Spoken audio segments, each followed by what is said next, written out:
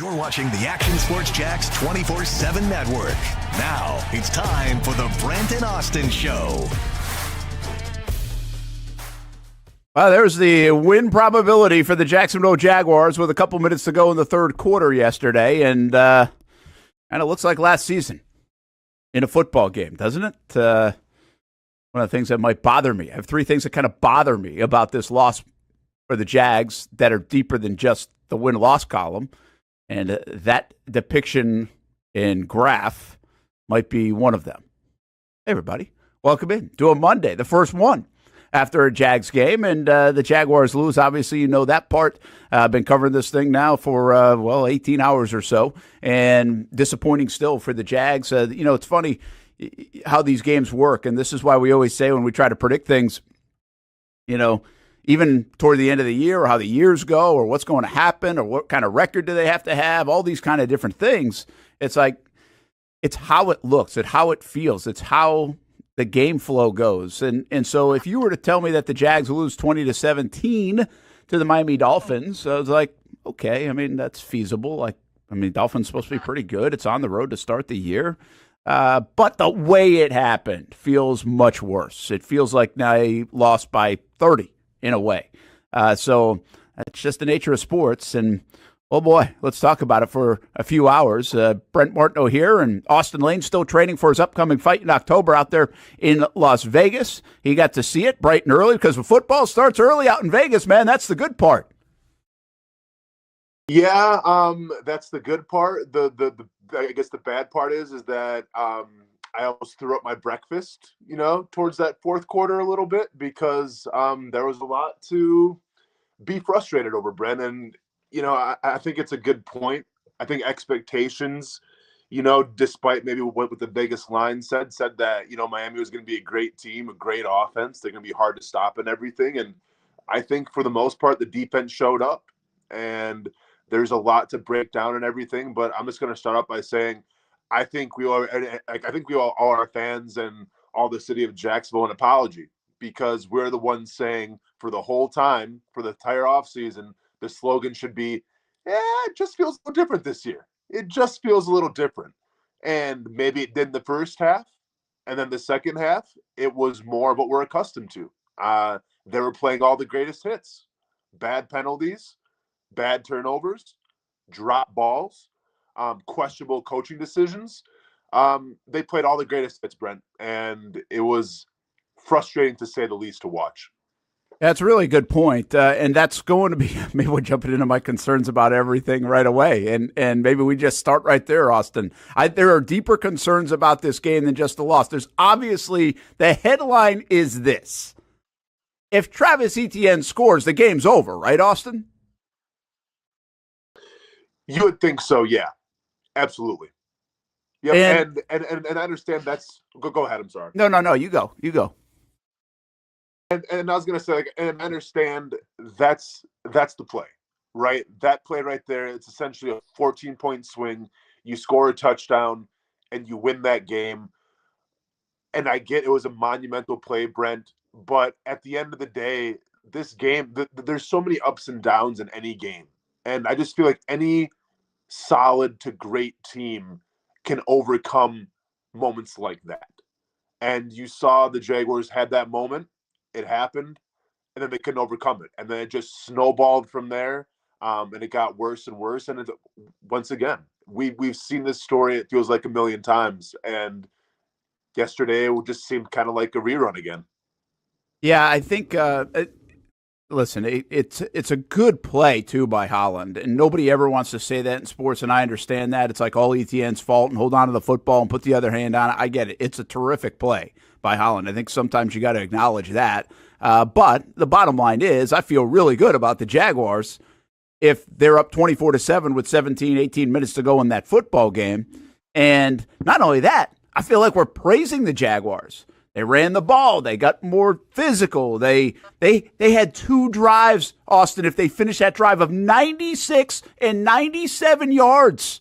96 and 97 that ended with touchdowns if they finish that drive off. But there's an if and a but, and it doesn't happen. And then all the things that you said transpired. They got dominated in the fourth quarter. So And that's another thing I was thinking about coming in here. I like the Jags team. I really do. I think they have good players. I think they're a good team. I don't know if they're a great team. I think maybe we learned they're not a great team, right? And they're certainly not yet. This isn't a team that's going to go 13-4 and surprise everybody and be a number one seed. I think that probably went out the window yesterday.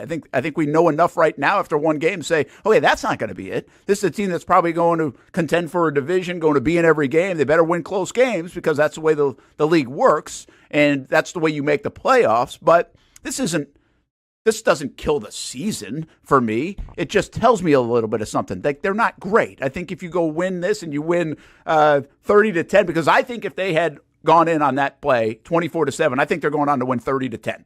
I think it's over for Miami. I just think it's over. And then you're like, whoa, these guys might be really good. Might have a little bit of that feel of 2017 right out of the gates. But there's a reality here too. And the Jags have good players. I'm still not sure they have game-changing players. And when I look at the Dolphins, they have game-changing players. Tyreek Hill's a game-changer. Like, to be honest with you, Waddle's not, in my opinion. Tyreek Hill is. Waddle's a terrific player. The Jags have a lot of really good players. But Tyreek Hill's a game changer. And he changed the game. And then they also have a guy like Jalen Ramsey who can change games. And I know he got beat early, but if you want to go see that play on 4th and 1, what Ramsey did on that play was pretty spectacular. And when it's time to make a play, that guy's usually going to make a play. And so I don't know if they have a game changer on this football team or enough of them, Austin, to do those kind of things that I saw a Miami Dolphins team do, like the Kansas City Chiefs do. I think the Baltimore Ravens do. And there are other teams that do. I don't know if the Jags have, I'm not sure if any of those, or enough of those. Yeah, I mean, I understand what you're saying.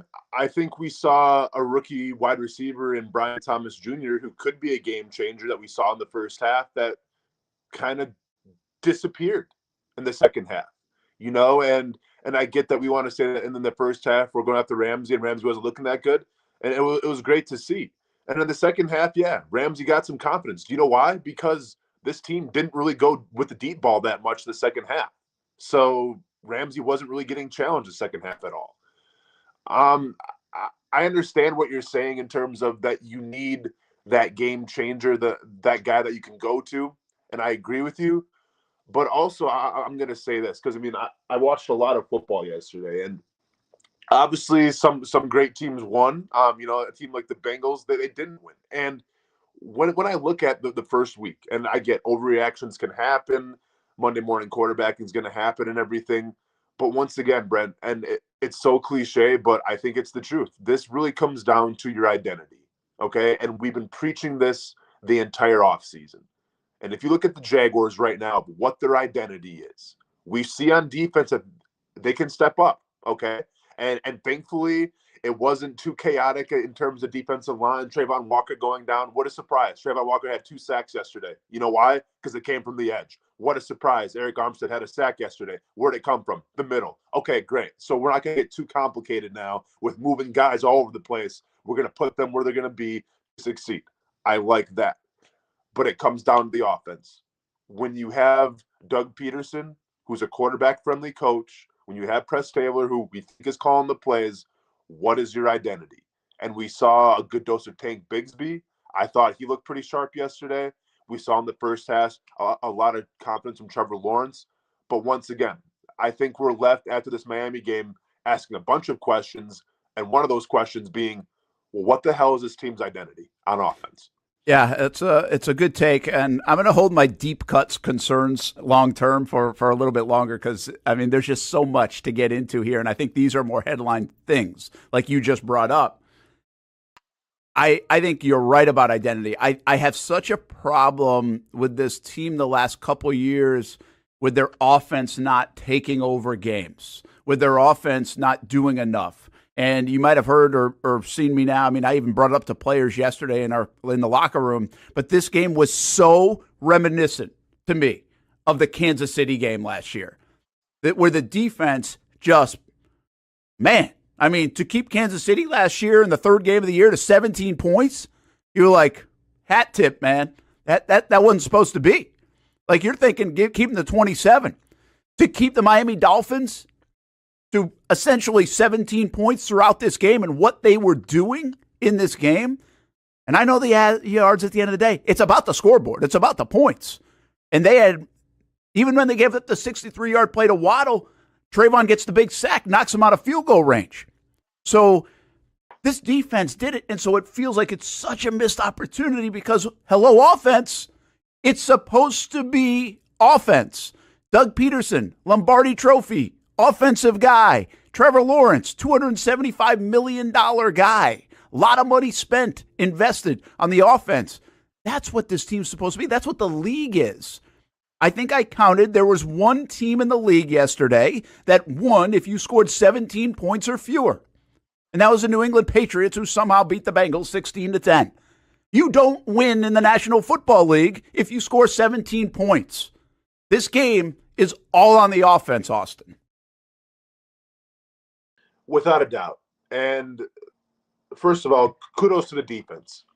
Was it perfect? No. I mean, you still gave up some big plays to Tyreek Hill, but guess what, Brent? Like, it's Tyreek Hill, arguably the best wide receiver in the league. Those plays can happen. And when you lose your best cornerback to a hamstring injury, which, once again, maybe panic button time with that, but then when he goes down, and then I think you had Buster Brown come in, yeah, you lost a little bit. And then Tyreek Hill, it seemed like, started to feast a little bit. But if you hold this, and listen, I didn't have the Dolphins going to the playoffs. Like, I'm a believer in their offense, but as a team and a unit in totality, I'm not sold on Dolphins being an elite team or even like a really, really, really good team. But anytime you can hold their offense to 20 points, you have to capitalize. And once again, I think and it's really a tale of two halves, Brent. It really is. And that's, once again, that's kind of the frustrating part of everything. Because you saw a team with the Jaguars come out in the first half and play some excellent football. You saw a Ryan Nielsen defense that was ready to go, that was disciplined, that for the most part stopped what we talked about in terms of all the motion. They had the eye discipline. They had it all. You set your team up for success, and keep in mind this is a brand new defense that, could take a while to learn. Nope. They were ready to roll. Okay, great. Special teams, I thought for the most part, played a hell of a game. All right. They weren't the Achilles heel. They weren't the issue. Okay. They were pretty dependable. And then once again, in the first half, the offense looked like it was firing on all cylinders. Targets were being distributed. Everyone was getting a little shine and everything. And then that second half is when we talk about coaching adjustments. Okay. And I understand, like, this still falls on the players. You have to catch footballs. All right. Christian Kirk, talking to you, man. You got to catch footballs. You can't have dumb penalties. But second half is all about coaching adjustments, Brent. And when we talk about coaching adjustments, I get the offensive line was porous in that second half, and Trevor couldn't really get anything off. But, man, you want to talk about adjustments on offense to the Jaguars. The second half, I couldn't see a plan, Brent. I really couldn't see a plan that second half. Yeah, and by the way, the plan does go awry when you just go 3 and out a couple of times. I mean, I get that. Like, you can't do anything if stuff isn't working. You try it and it doesn't. That happens. Like, they adjust. You knew there'd be more urgency out of the Dolphins, but and that's why you do go back. If I'm sitting here and, like, the offensive guys are in the room right now, and I think they'd be critical of themselves for a bunch of stuff yesterday too. I'm talking about even the coaches here, the way the game plan evolved and everything else. But I also come back to this, and this isn't necessarily a defense. I think it's a reality, is that if they get off their doorstep and go 97 yards, like, the offensive coach and play call and offensive whatever was really good that drive until they lost the fumble. Like, it's a put the game away drive if they do it. And then I'll give you one other example. And I think ETN hasn't fumbled. He didn't fumble all last year. And the guy makes a good play. To me, the more worrisome ones yesterday were Kirk. Kirk lost 2 third-down plays that were good throws, that were good designs, that were good play calls. He was open, and he missed them. And if he catches those, I think one of those is a field goal drive probably. They also chew up more clock, and that means your defense isn't as exhausted at the end. And then also Trevor throws more than 21 times because those drives stay alive. Man, those were killer plays. Kirk has to catch at least one of those, but both of those. Yeah. And especially when you talk about him being, Trevor's most dependable guy, Brent, right? Like, you don't take that moniker lightly. And maybe it was the injury that he's been out with, maybe a little bit. Maybe he was rusty. But when you're supposed to be that dependable guy, the trustworthy guy, you got to make those catches. And I agree with you. I think if you do make at least one of those catches, that's points on the board right there. And once again, Brent, it's more of the same that we've seen the past year or so with just drop balls. And then and then once again, like, it just snowballs. Like, once those drop balls happen, I'm like, oh, well, here we go then. Now Trevor's going to try to play outside himself a little more. He's got to make up for his teammates. Maybe holds the ball for too long. Then turnover clock gets a little longer. All this stuff. Like, we can. People want to say it's not scripted, Brent. We could have wrote that script yesterday. Yeah. When they filmed that fourth down conversion, because we've seen this so many times, and that's the frustrating thing about it. Like, we watch the game of football, we cover the game of football, and anything can happen, right? Once again, it's cliche, but it's the truth. Anything on any given Sunday can happen. But if you're a Jaguars fan, it just seems like we've seen this story so many times, and to me, that's where the frustration comes in. If this game would have been out of reach from the get-go, if Tyreek Hill gets off, for 200 yards in the first half, and the Jaguars are down by 10 or 14, it's like, okay, all right, maybe we should have saw this coming a little bit, new defense and everything. But then you come out in the first half, you play lights out, and you give this fan base hope. And then the second half, you give us more of the same. That's where the frustration comes into play. Yeah, it's I get it, and I just like, it's a hard mental gymnastics in my mind, because again, I'm such a players determine this thing, right? And these guys have got to make these plays. That's why I go back to the game changing stuff. Like, I thought, we'll get into this later, I thought Tua was really average, like really, really, really average, like really average. Like, he missed some throws by like 5 yards. Like, it wasn't even it. But then when he'd make a play, like when it's time to make a play, he made a play. Now, his guys make plays too, and you give those guys credit, but he did make plays. And I'm not really remembering a play that Trevor necessarily didn't make. I mean, he had the one ball slip out of his hands on first down to Kirk. But I don't think these were Trevor plays. Kirk's got to make those plays. ETN has to finish that. Like, these are their guys. That's what they've got to be able to do. And this comes back to the offense. You said it, identity. This is an offense-led football team. For the last 2 years, they haven't really been an offense-led football team. In fact, reason why they collapsed last year, because their defense hit the tank. Their defense had saved them to get to 8-3. And then their defense hit the tank. And if you want to go back to the previous year, their defense saved them that year. Against the Tennessee Titans in the finale, when the offense wasn't doing much, the defense makes the play. Like, when is this offense going to make enough plays, take over, become that team that just you have to be afraid of? And some of this does go back to Trevor and the way they used him yesterday, now that you look back on it. Again, I think some of those numbers are skewed. If you go up 24-7, if Kirk catches some of these balls, I'm not sure we'd be saying this as much. But now in hindsight, when he throws it just one time in the final 3 drives, you're like, you just paid him $275 million. Let him do his thing.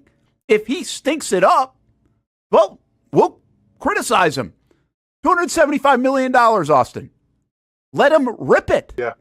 Well, no, for sure. And this is the frustrating part to me, because, yeah, I understand. Is Tua a top 10 quarterback?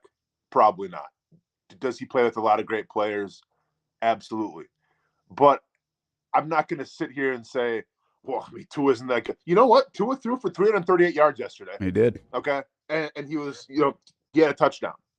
Trevor threw for 162.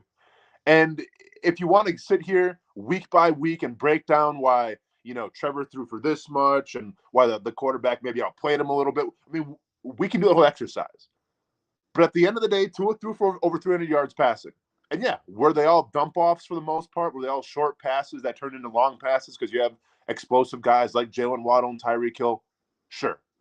But at the end of the day, the numbers have to say something, Brent. Okay? And to me right now, the numbers say that 12 completions for Trevor Lawrence simply is not enough.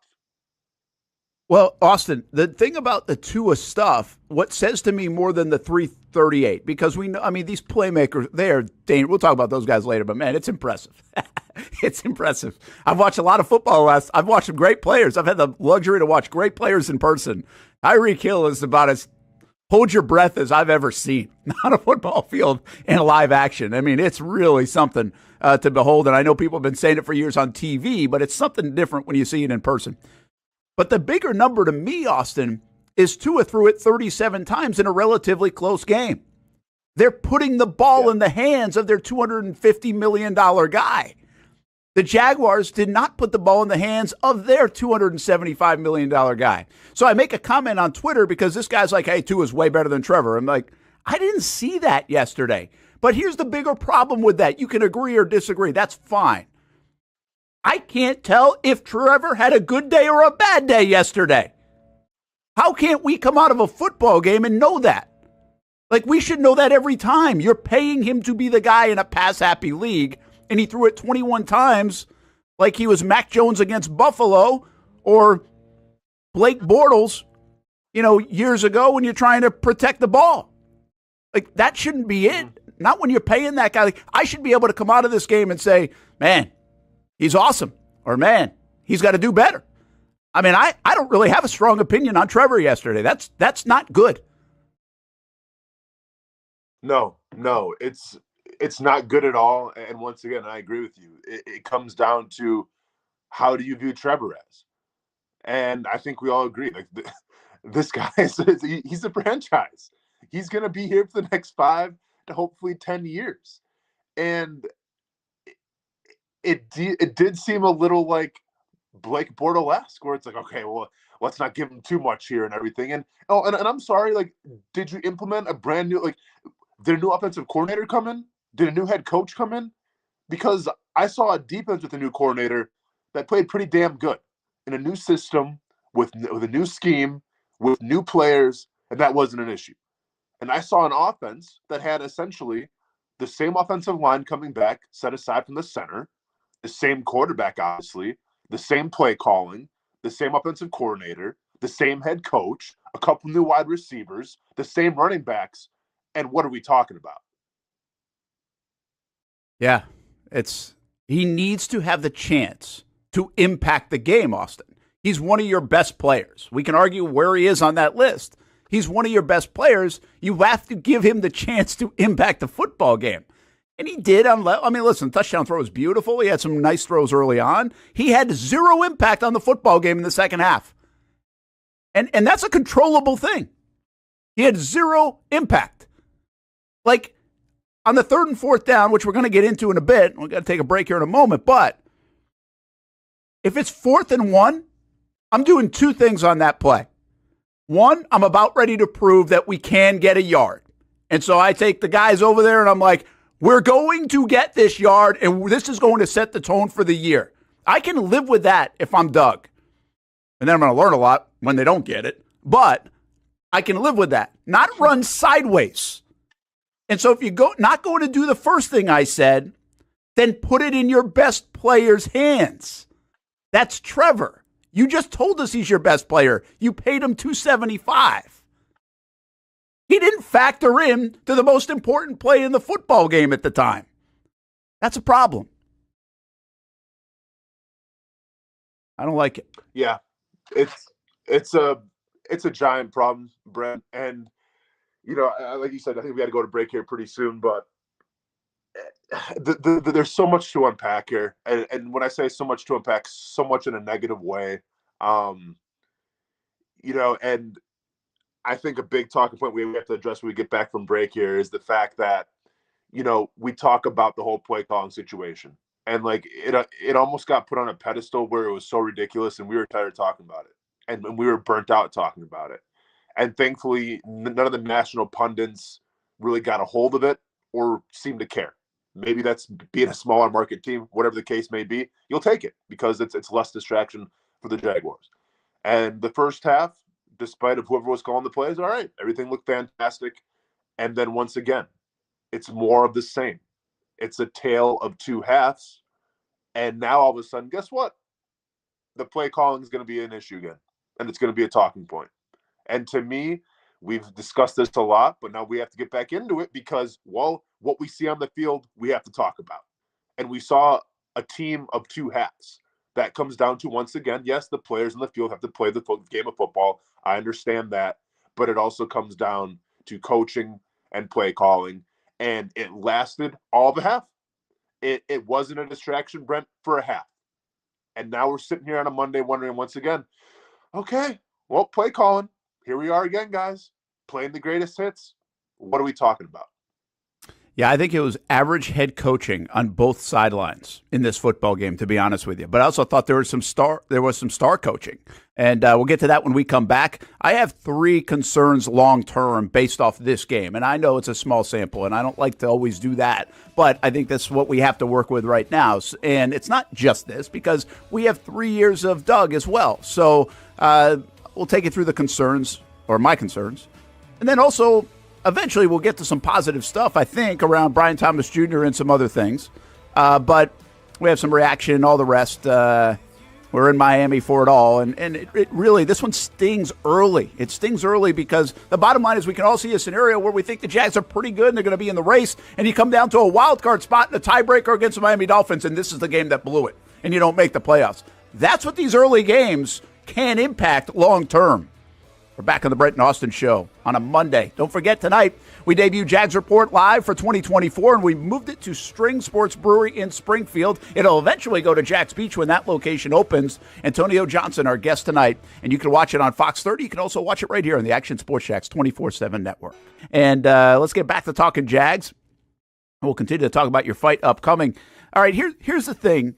I thought there was average head coaching in this game, Austin. And I know Doug's getting the brunt of it right now, and that's just the nature of the beast in this business. But we'll start with Doug, but I also thought this was Mike McDaniel too. I thought Mike McDaniel, I mean, he with all those weapons and everything else, I thought they were discombobulated. I thought they'd lose 3 timeouts in like the first half. He continues to have issues at times getting play calls in or whatever else. They had killer penalties. I mean, they were sloppy, and that's one of the problems with this game is the Jags didn't take advantage enough. Now, to their credit, they made adjustments in the second half, but I don't know. I'm still not like 100% sold on McDaniel. I think he is a very good mind. I think he does a lot of good things, but I'm not sure from a head coaching standpoint he does a lot of the other things great. But let's talk about our guy in Doug Peterson, who I'm a huge fan of, by the way. I'll preface this. I'm a big fan of Doug. I think what he's done already in Jacksonville has been a lot, quite frankly, coming off the Urban Meyer era.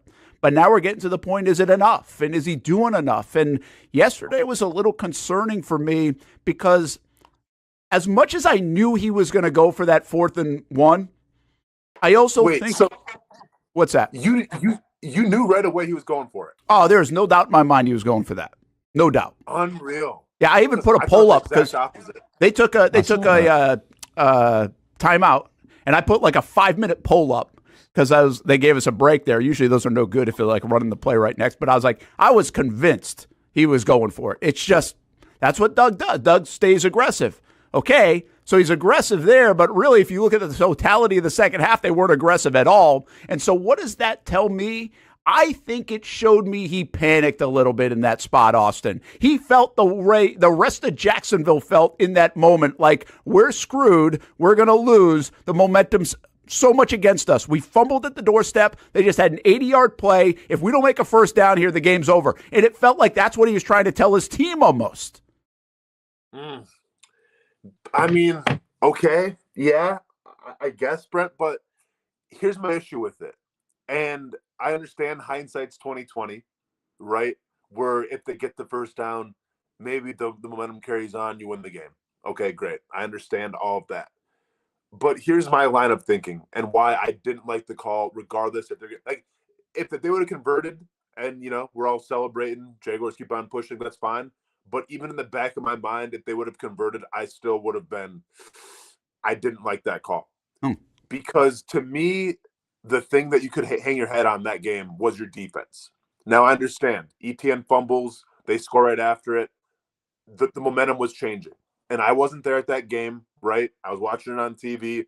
but I assume the crowd got super into it when they scored that touchdown, and then the Dolphins were down by 3. Oh, okay. Yeah, they had been dead the whole game, too. Yeah. At that same time, though, I would put it on my defense and be like, all right, guys, the offense messed up a little bit. We can convert that third down. We need our defense and Ryan Nielsen now to step up and carry us a little more. And I think the defense would have been up for the challenge. In that situation where, quote unquote, the game could be on the line, I'm gonna rely on the teams that show that they're probably playing at their best right now. And that's their defense. It's Trayvon Walker, okay? It's Eric Armstead. I understand that this is the point where Tyson Campbell is out too, right? Yes. With the hamstring. Had he been out yet? Can't remember. I can't remember that either. Okay. He might have been, but nevertheless, I'm going to put it on my defense once again. Maybe it's not the most fair thing to do, but I'll put it on my defense to say, all right, guys, let's go ahead and punt it deep, right? We have a great punter. Let's put them inside. Hopefully they're 10 or whatever the case may be, and let's go out there and win a football game. That would have been my mindset, because to me, the juice wasn't worth the squeeze. Once again, even if you make that conversion, I'm still leery about it, because I know what it looks like if you don't. I know what it does for the crowd if you don't. I know what it does for the Dolphins if you don't. So that's why, regardless of what the outcome would have been in hindsight being 2020, Brent, I want to punt the ball and hope that my defense can stop him. Tyson was still in at that point. Tyson was in still at that point. But hey, listen, I always try to do this, guys. I don't know if it's the right thing. I can get like as mad as hell as Twitter does and everything else, but I try to see it from the opposite lens, and I try to live in the moment to it where the game was. And I just know Doug being Doug, like he's an aggressive guy. And I knew you could almost feel it in the stadium. Like there was a little desperation at that time where you almost knew that if you punted it back to Miami, they were going to at least kick a field goal and tie it up anyway. And so I almost could tell what he was thinking. But he's the guy getting paid like a lot of money to also think of the other side. And it's less about the defense. I'll give you one more reason why I think he was thinking that way, because he knew the defense eventually was going to get tired. They were on the field a lot. The Jags were not holding the ball for as long as even though they were up in that game 17-7, they had not held on to the football as much as you think they would, or even they wanted to rest their defense and keep Miami's offense off the field. So I think all of that is why he went for it. But he also has to be the guy that's been through this so many times that it's like, don't blink. And, well, I thought he blinked. And he almost like gave that kind of, aura of panic to his whole team. Because, holy cow, fumble at the goal line, game's over, to 80-yard touchdown, damn it, to now we're just going to go for it. Like, this is it. Like, it's like there were still 2 minutes to go in the third, or that was the end of the third quarter. That's why they had time, because there was a third quarter change. There's still 15 minutes to go in the game. So even if you do kick it away, and they come down and score and tie it up, well, you got plenty of time. Settle this thing down. And he kind of panicked there, which I haven't seen a lot of that out of Doug in that sense. I've seen aggression, but I haven't seen panic. So I thought that was a little bit of a sign of panic and a lost faith in his football team at that moment, almost like he got wrapped up in it the way a player would get wrapped up in it. And so I thought that was a bad sign from a coach that I think is a really good football coach and has a good feel for the game. And I thought that was a mistake by him to do it. And honestly, it was a mistake in hindsight where the Jags didn't even have to pay for it. Sanders missed the kick. Like, it was actually a neutral play. It ended up being a neutral play in the game in many respects. So then there's one other element to this, though, Austin, in that part is you have got to, with all this play calling stuff, I believe it's collaborative in some respect. But the bottom line is he's put this all on him. And so it goes back to the Trevor trust. Give it to your best player. Why are you running sideways? Why are you running sideways on fourth down? Like, if you have a commercial break to come up with a play, there's no way in hell Doug isn't a part of that play call. Like, he is a part of that play call. And you didn't put it in 16's hands? You didn't have a better play for 4th and 1 than running sideways?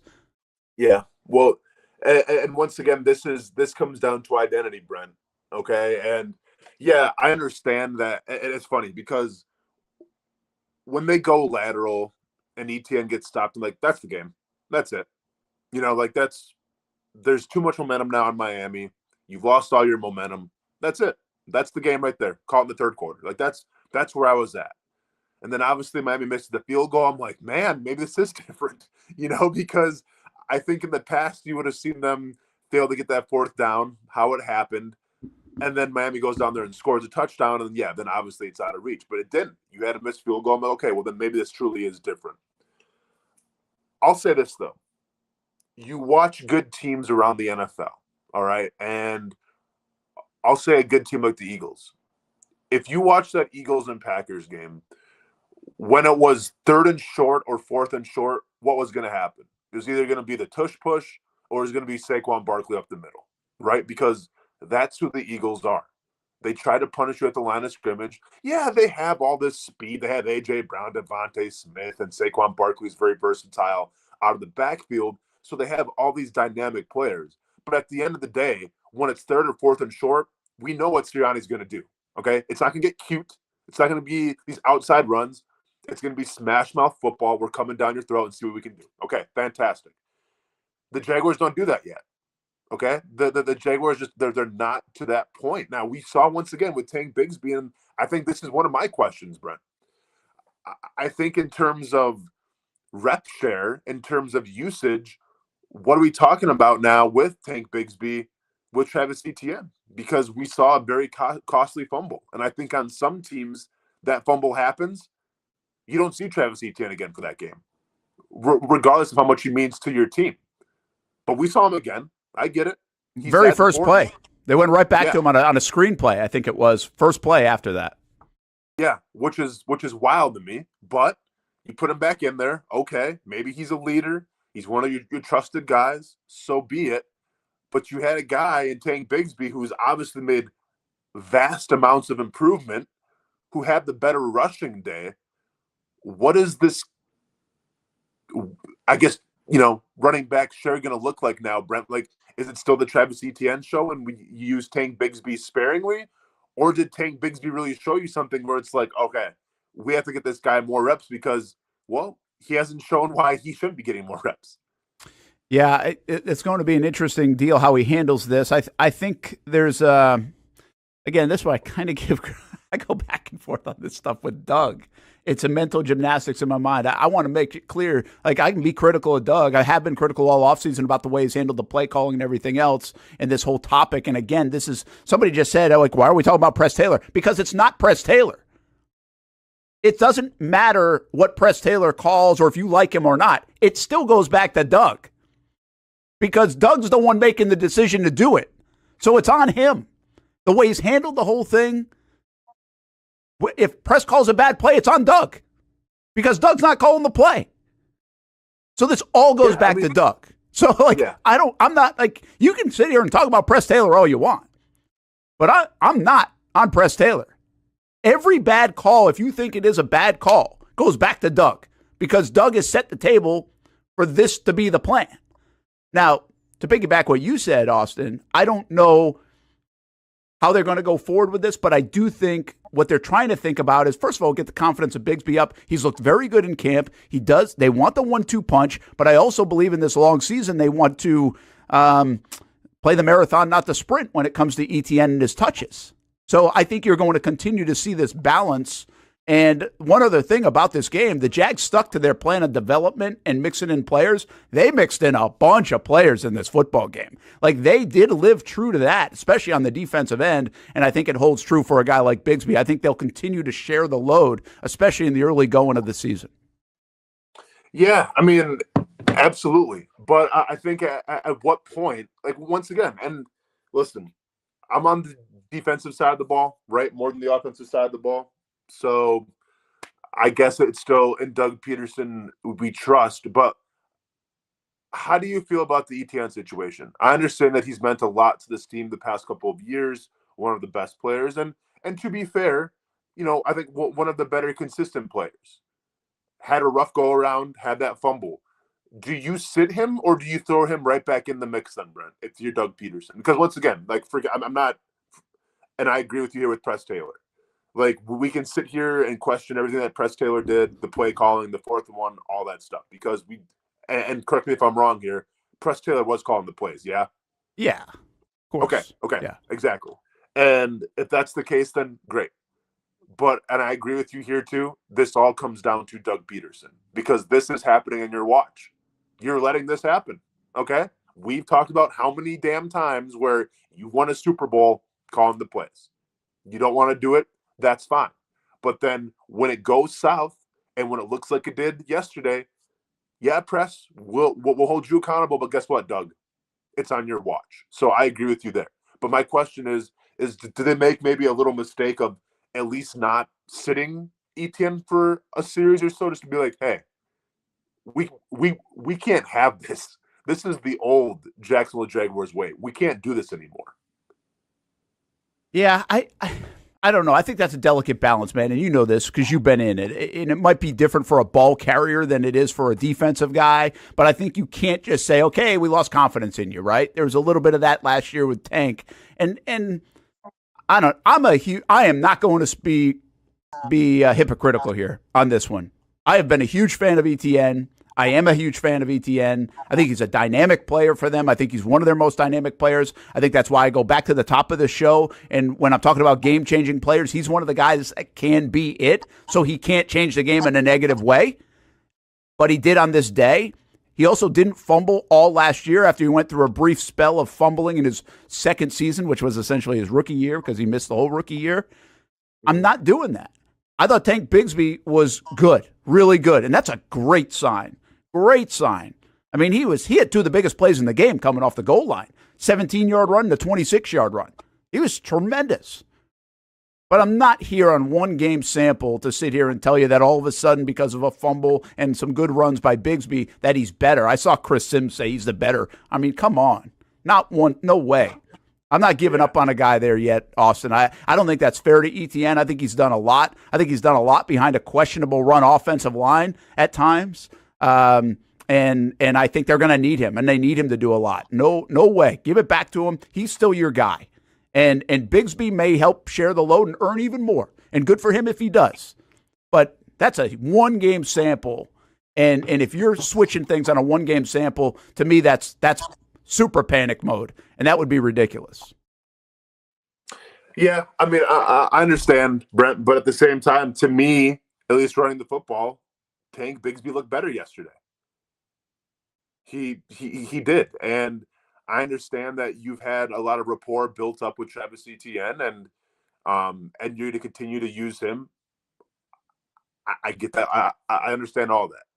But at some point, I wonder if you just go, we have to ride the hot hand a little bit, and we have to lean more towards Tank Bigsby. Now, it's a one-off. It's one game. You have Cleveland coming to town now, and obviously we'll break that down later in the week and everything.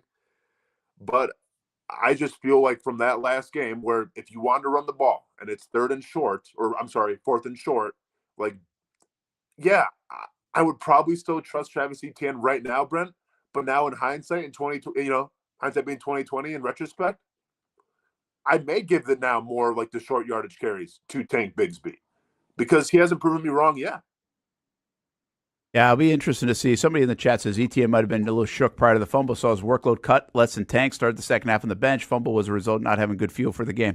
I don't know, guy. I'm not going there. I think ETN, by the way, he's been a huge supporter of Tank Bigsby. I think he likes the idea of this 1-2 punch, everything he said. I think it's pretty genuine. I know everybody wants the football, but you get the game plan, and it was a good play. Like, it wasn't.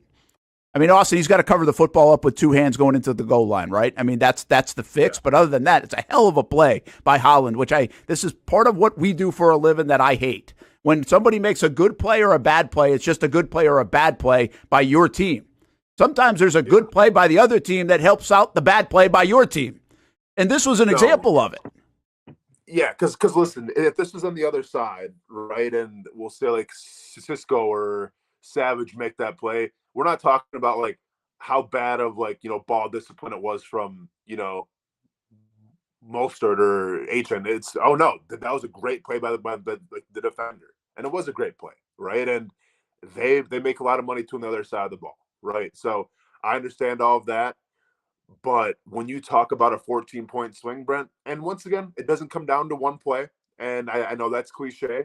And I know people want to say if Travis Etienne gets in the end zone there, the game's probably over, and I'd probably agree with you. But I can sit here and pick maybe 4 or 5 other plays where if they happen like they're supposed to, and it's not more of the old Jaguars, you still probably win that game. Yeah, I agree. Listen, it's a huge play. You don't want to stick it on one play. That play gets in the end zone, the game's over. I mean, it is kind of one play in a sense. Yeah, but I understand what you're saying. I get it. But I think if Christian Kirk catches the ball, I think the game could be over. I agree with you too. I thought those were just as big. I think there's a lot of play. Once again, I think if they can convert that 4th and 1 or even punt the ball, I think the game might have been over. Like, I don't know, man.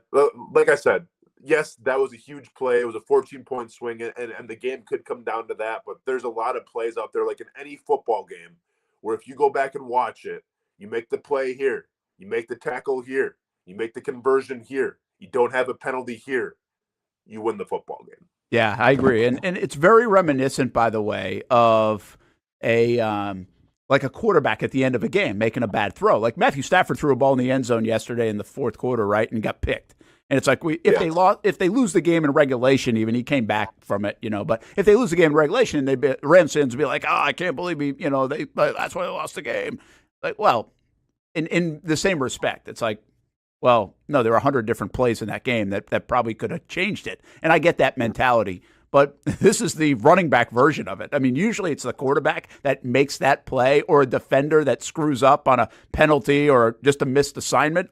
You don't usually see it from the running back where you're like, okay, this is really the play. And that in this instance kind of was.